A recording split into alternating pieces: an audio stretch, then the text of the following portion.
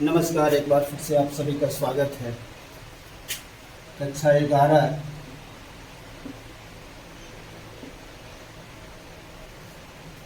की भौतिकी का एक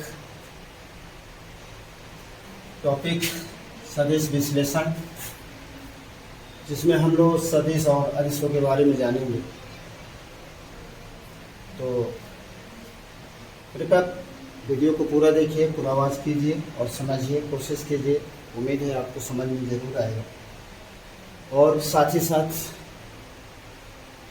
चैनल को सब्सक्राइब कर दीजिए, लोगों को भी शेयर कीजिए ताकि अधिक से अधिक लोगों को इसका लाभ मिले। आइए हम लोग चलते हैं, देखते हैं। तो हम भौतिकी में जो है जिन राशियों का प्रयोग करते हैं उनमें मुख्यतः दो राशियां हैं, सदिश और अदिश। अदिश किनको कहते हैं, जैसा कि आपको इसके शब्द से ही पता है, अदिश। अदिश मतलब जिन राशियों में दिशा नहीं होती। तो अदिश उनको कहा जाता है कि जिन राशियों में कोई दिशा नहीं हो, केवल परिमाण हो, यानी केवल वो कुछ उसका मान हो और उसकी कोई दिशा न हो। जैसे मान लीजिए द्रव्यमान है,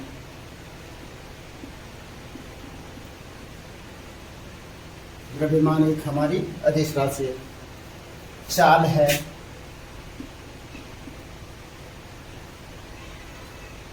विद्युत धारा है,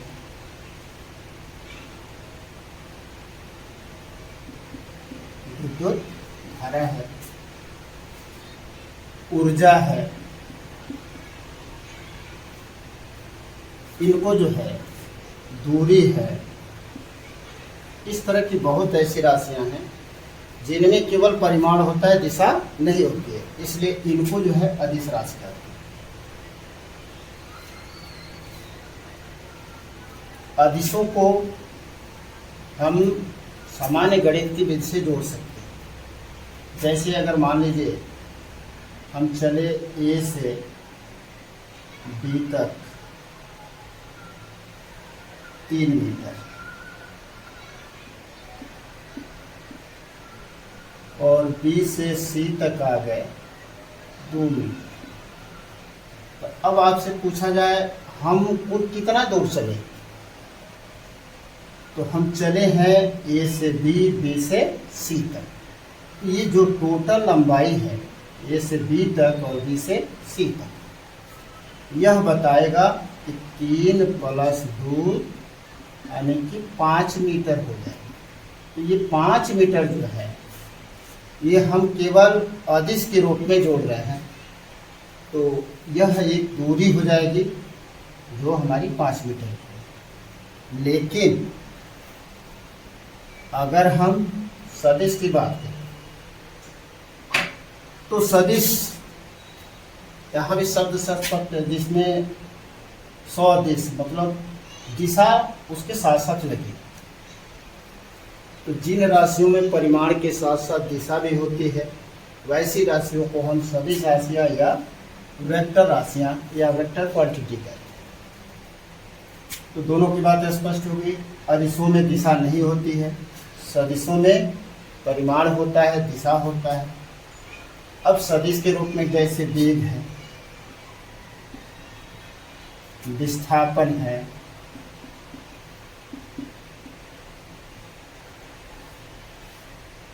वेग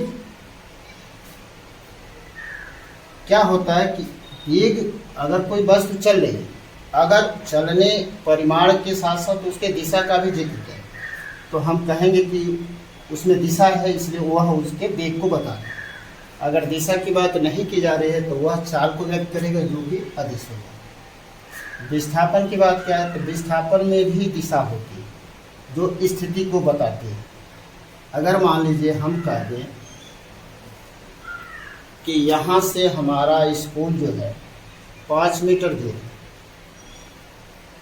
तो आप बता सकते हो कि मैं सदिश बोल रहा हूँ या अदिश। उम्मीद है कि आप बता सकते हैं। अगर जानते हो तो कमेंट कीजिए नीचे। हमारा विद्यालय यहाँ से 5 मीटर है, तो मैंने अदिश बोला या सदिश के रूप में बोला? बताइए, जल्दी जल्दी कमेंट कीजिए। कमेंट करेंगे तो ज़रूर पता चलेगा कि आपको समझ में आ गया। तो उम्मीद है कि उत्तर आप सही जान रहे होंगे। 5 मीटर है। अब 5 मीटर किधर है ये मैंने नहीं बताया कि हमारा विद्यालय यहाँ से 5 मीटर है। अब उत्तर है कि पश्चिम है कि पूर्व है कि दक्षिण है।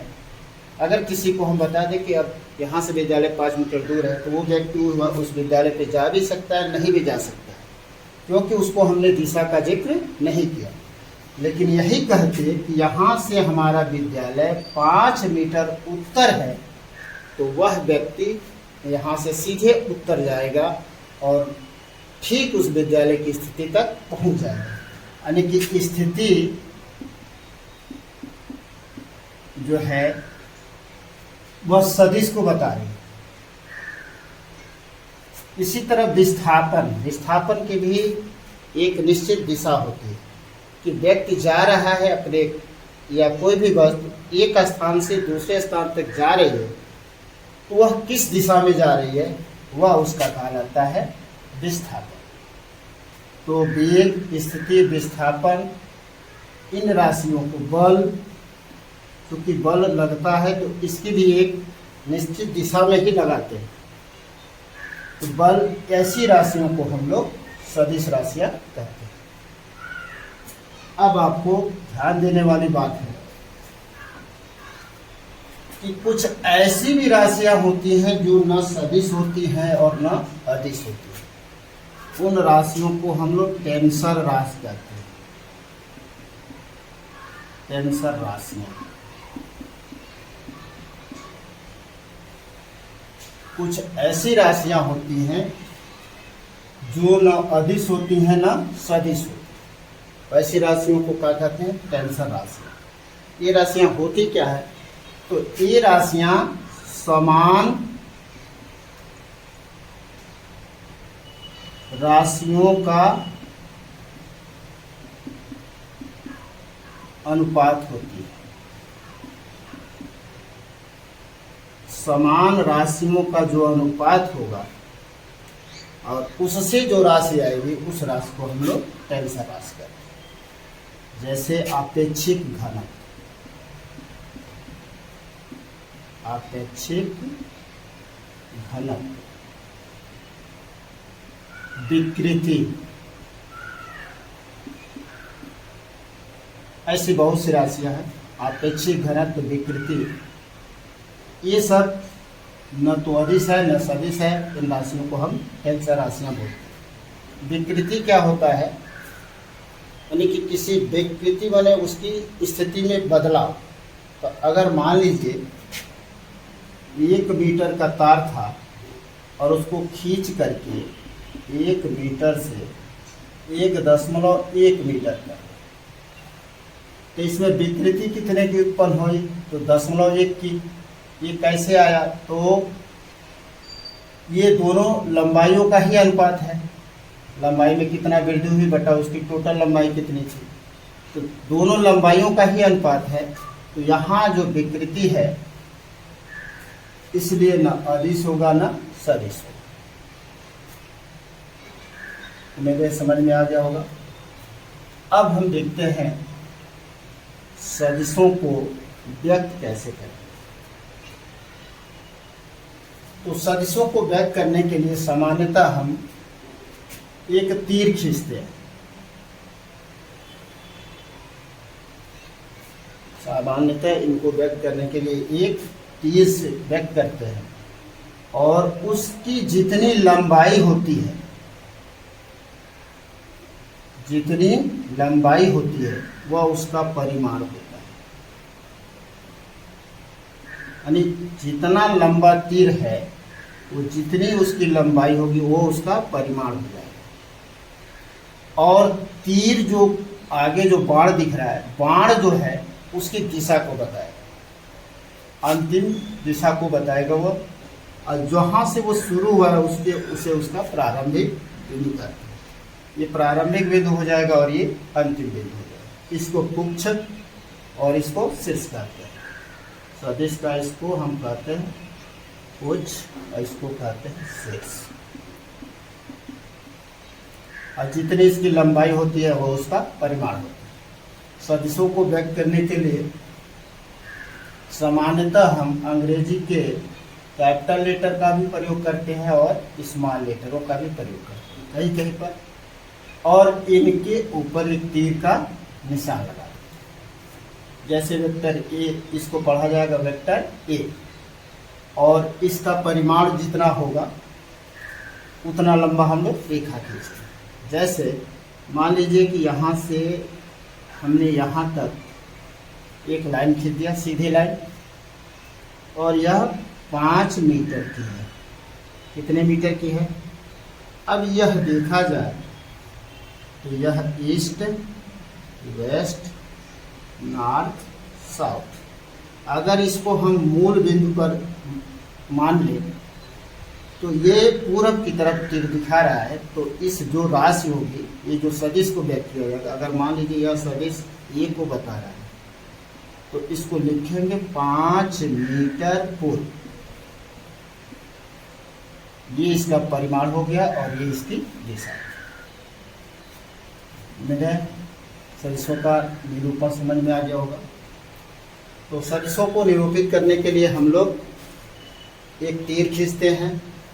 जो उस तीर की जो लंबाई होती है वह उसका परिमाण होता है। तीर की जो नोक होती है वह उसकी दिशा को बताती है। जहाँ से तीर प्रारंभ होता है वह उसका पुच्छ, और जहाँ पे खत्म होता है वो उसका शीर्ष कहलाता है। स्थिति पोजीशन क्या है? स्थिति और विस्थापन सदिश। स्थिति और विस्थापन सदिश।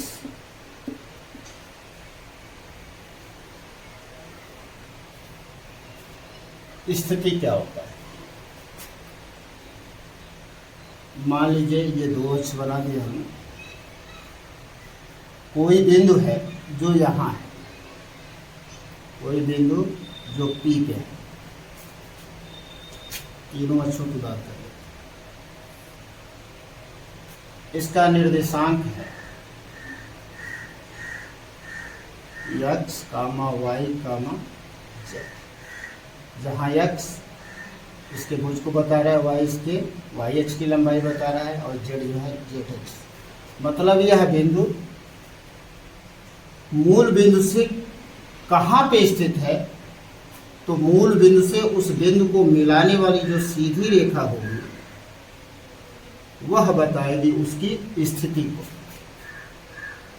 यानी बिंदु P का जो स्थित सदिश होगा वह हमारा OP से व्यक्त होगा। किससे व्यक्त होगा? OP से। यानी O से P कितनी दूरी पे है वह बताएगा उस बिंदु P की स्थित सदिश को। अगर इसका निर्देशांक x, y, z है तो OP जो है इस का स्थित सदिश बताएगा। OP की जो लंबाई होगी उसका परिमाण हो जाएगा, और ये जिस दिशा में होगा इस सदिश की दिशा होगी।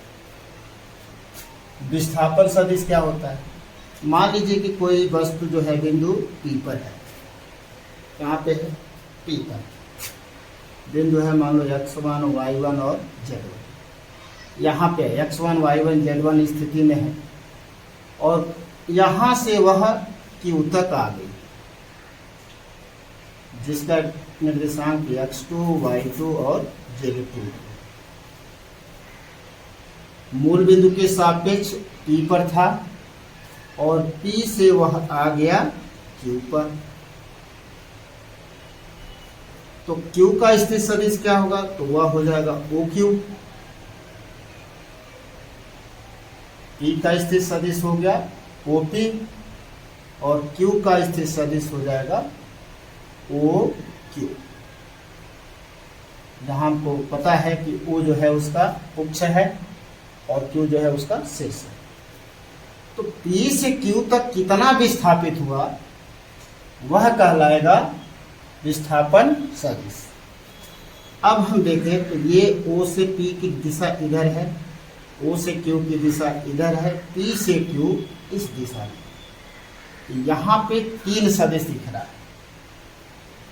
अब देखा जाए तो OP और OQ दो स्थित सदिश हैं और उनको मिलाने वाली रेखा के बीच की जो दूरी है वो हमारा बताएगा विस्थापन सदिश की का परिमाण, और P से Q जो है वो बताएगा उसकी दिशा।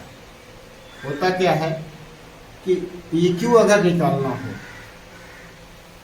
मान लो किसी सदिश का हमको विस्थापन सदिश निकालना हो, तो PQ का मतलब अब इसकी अंतिम स्थिति, कौन स्थिति? अंतिम स्थिति माइनस प्रारंभिक स्थिति। PQ बराबर, तो P पर था, पहले कहाँ पे था? वो P पर था, फिर आ गया कहाँ पे? Q पे। तो Q उसकी अंतिम स्थिति है और P उस बिंदु की प्रारंभिक स्थिति है। मतलब OQ माइनस OP, यानी किसी सदिश का अगर इस विस्थापन सदिश निकालना हो तो उसके अंतिम स्थिति में से प्रारंभिक स्थिति को हटा दें। इसी तरह मान लीजिए आपको AB का स्थित सदिश निकालना है, तो वह कहाँ जा रहा है? ये उसका प्रारंभिक बिंदु है, B उसका अंतिम बिंदु। तो अंतिम स्थिति माइनस प्रारंभिक स्थिति। मान लीजिए मूल बिंदु के सापेक्ष A का स्थित सदिश OA है, यह उसका सदिश हो गया। मूल बिंदु के सापेक्ष B का स्थित सदिश OB है, तो हमारा तो हो क्या जाएगा? OB के सदिश में से A का सदिश घटा देंगे तो OB vector minus OA vector. अगर OA को इधर कर दें तो OA प्लस AB ये हो जाएगा OB के बराबर। ठीक इसी तरह OP में OQ में PQ को जोड़ेंगे तो यह हमारा OQ को बताएगा और OQ इनका परिणामी। समझ में आ गया? विस्थापन सदिश, स्थित सदिश, स्क्रीनशॉट ले सकते हैं। अब इस पे एक थोड़ा सा क्वेश्चन देख लेते हैं। मान लीजिए एक बिंदु मूल बिंदु के सापेक्ष जिसका स्थित सदिश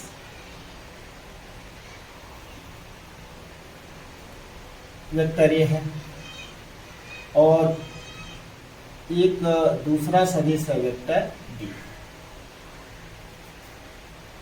मूल बिंदु के सापेक्ष OA बराबर मान लेते हैं वेक्टर ए है और OB हमारा वेक्टर बी।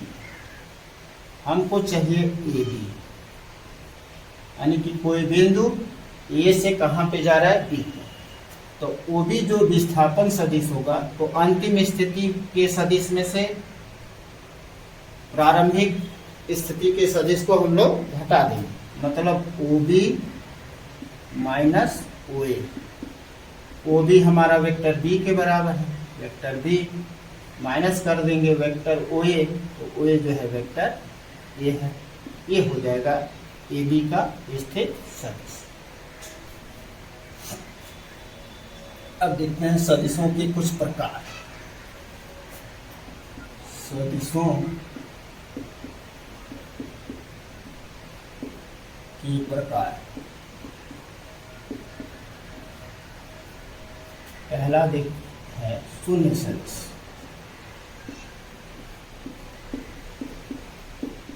शून्य का मतलब ही समझ में आ रहा है कि ऐसा सदिश जिसका परिमाण शून्य हो, ऐसा सदिश जिसका परिमाण शून्य हो तो उसको हम कहेंगे शून्य सदिश, जिसको हम जीरो वेक्टर से प्रदर्शित करें। और शून्य का मतलब ये भी हम लोग को पता है कि वो कहीं पर भी हो, यानी कि ऐसा सदिश, दूसरे शब्दों में कह सकते हैं, जिसका प्रारंभिक बिंदु और अंतिम बिंदु अगर ये दोनों जो है एक ही जगह पे है, प्रारंभिक बिंदु और अंतिम बिंदु दोनों एक ही स्थान पे है, तो वह जो सदिश होगा वो शून्य सदिश कहलाएगा, जिसको हम लोग जीरो वेक्टर से प्रदर्शित करते हैं। या नहीं तो अगर मान लो बिंदु ए है तो ए वेक्टर जो है यह हमारा बताएगा एक शून्य सदिश को प्रदर्शित करता है। आगे समझ में नहीं आया? फिर से सुनते हैं। शून्य सदिश जीरो वेक्टर, ये क्या होता है कि जिस सदिश का परिमाण शून्य हो, जिस सदिश का परिमाण शून्य हो वो कहलाता है शून्य सदिश। सामान्यतः यह जीरो पर एक तीर का निशान लगा करके व्यक्त करते हैं। दूसरे शब्द में क्या कह सकते हो कि जिस सदिश का प्रारंभिक बिंदु और अंतिम बिंदु दोनों एक ही हो तो वह कहलाता है हमारा शून्य सदिश।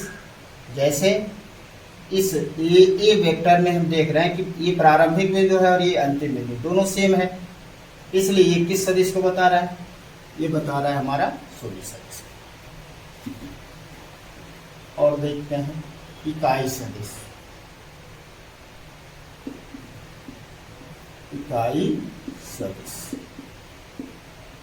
यूनिट वेक्टर क्या होता है? जिस सदिश का परिमाण एक हो, जिस सदिश का परिमाण इकाई हो तो वैसे सदिशों को हम लोग शून्य सदिश या इकाई सदिश कहते हैं। इन सदिशों में व्यक्त करने के लिए हम करेंगे क्या चीज?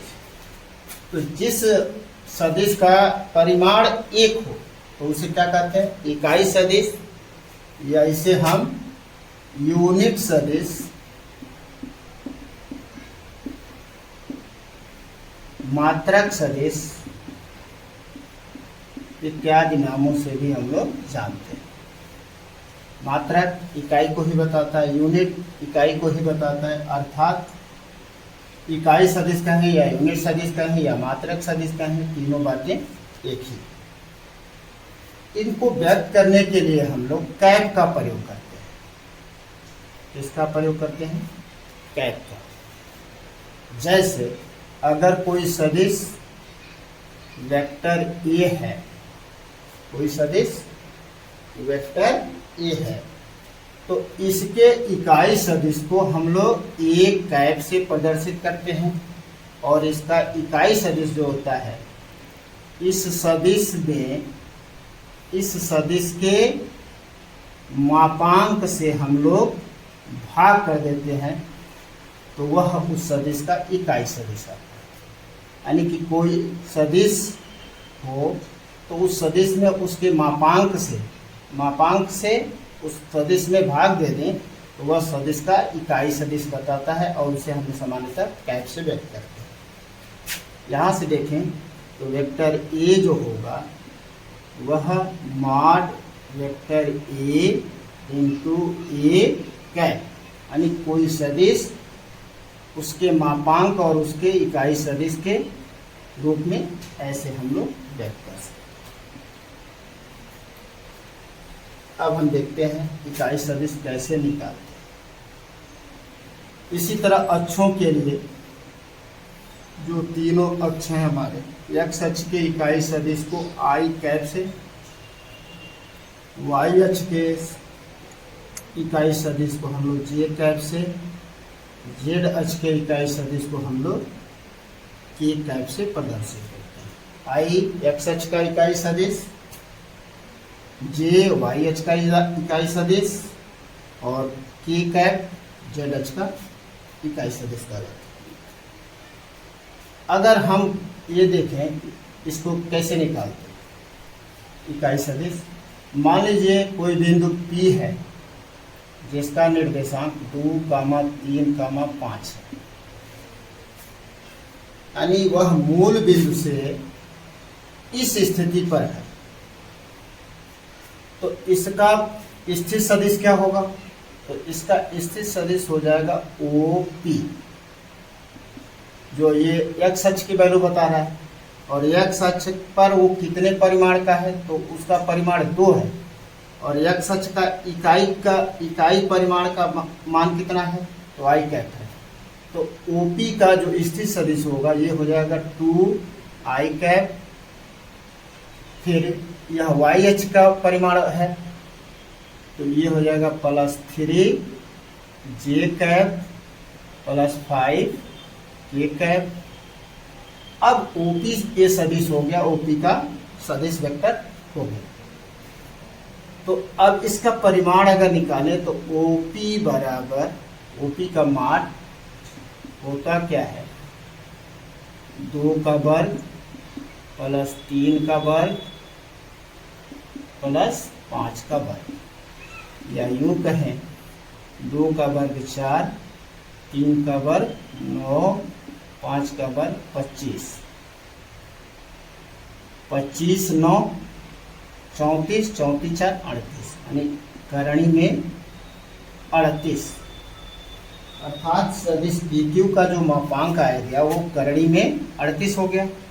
अब इसका एकक सदिश अगर निकालना है तो OP कैप जो होगा, वेक्टर OP में हम मॉड OP से भाग देते हैं।